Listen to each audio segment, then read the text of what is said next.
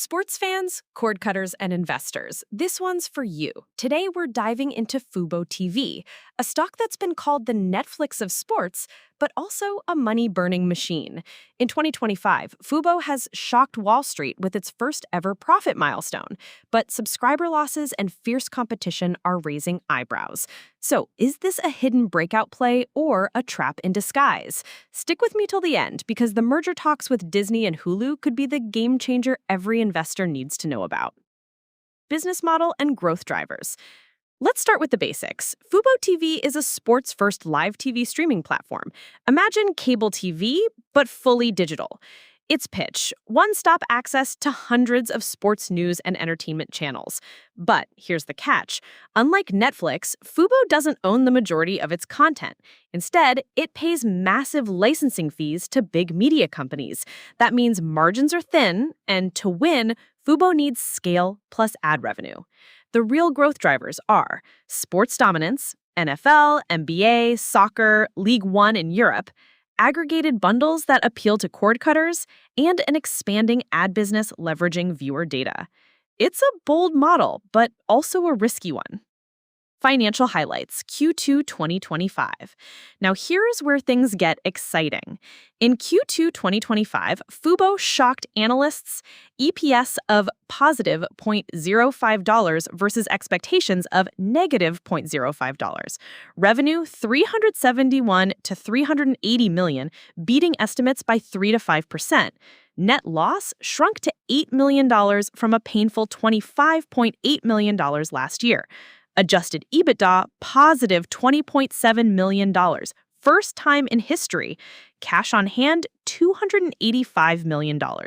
This is the type of turnaround Wall Street dreams of, but there's a twist. Despite the beat, the stock dipped slightly after earnings. Why? Because North American subscribers fell 6.5% year over year. Yes, Fubo is making money for the first time, but it's also losing customers. That's like winning a game but losing your star players. Dangerous territory. Strategic moves and new initiatives.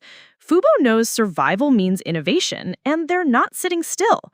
Merger talks, the big headline is Fubo is in ongoing merger discussions with Hulu plus Live TV, backed by Disney. If approved, this deal could unlock ESPN access and huge bargaining power. But regulators haven't given the green light yet, and that uncertainty is keeping investors on edge. New products? Meet FuBo Sports, a lean, affordable sports bundle targeting hardcore fans, plus a new pay-per-view option for premium live events. Both are designed to improve margins and keep audiences glued. International expansion. Over in France, Fubo's unit Molotov secured broadcast rights for League One soccer. That's a big deal for European sports streaming dominance. Clearly, Fubo is fighting back. But will it be enough?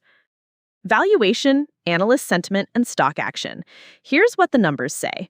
At 0.76 times sales, Fubo looks dirt cheap compared to other streaming names.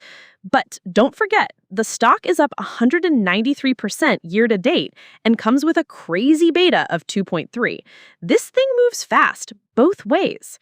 Analysts, the 12-month price target averages $5.35, about 50% upside from here. Consensus rating? Buy. But the risks? AW, shrinking subscribers in the US. H, heavy dependence on costly sports rights. HI, history of diluting shareholders. HIV, profitability still fragile. Q2 might be a one-off. In short, Fubo is a speculative rocket ship. You could double your money or lose it just as quickly. Key takeaways and what to watch. So what's the bottom line? Via core, Fubo delivered a historic quarter with first ever positive adjusted EBITDA. VII, net losses are shrinking, balance sheet is healthier. VIII, but subscriber growth is declining, and that's a red flag. VIA, the Hulu plus Disney merger decision is the short-term catalyst to watch. VE, if the merger goes through, Fubo could secure ESPN access and lower licensing costs. VII, if it fails, competition from YouTube TV, Hulu, and cable could suffocate them. For now, Fubo is a speculative play for risk-tolerant investors. Not a safe bet, but definitely an exciting one to watch heading into the next sports season. So what do you think? Is Fubo TV the next streaming underdog ready for a breakout? Or is competition too fierce to survive?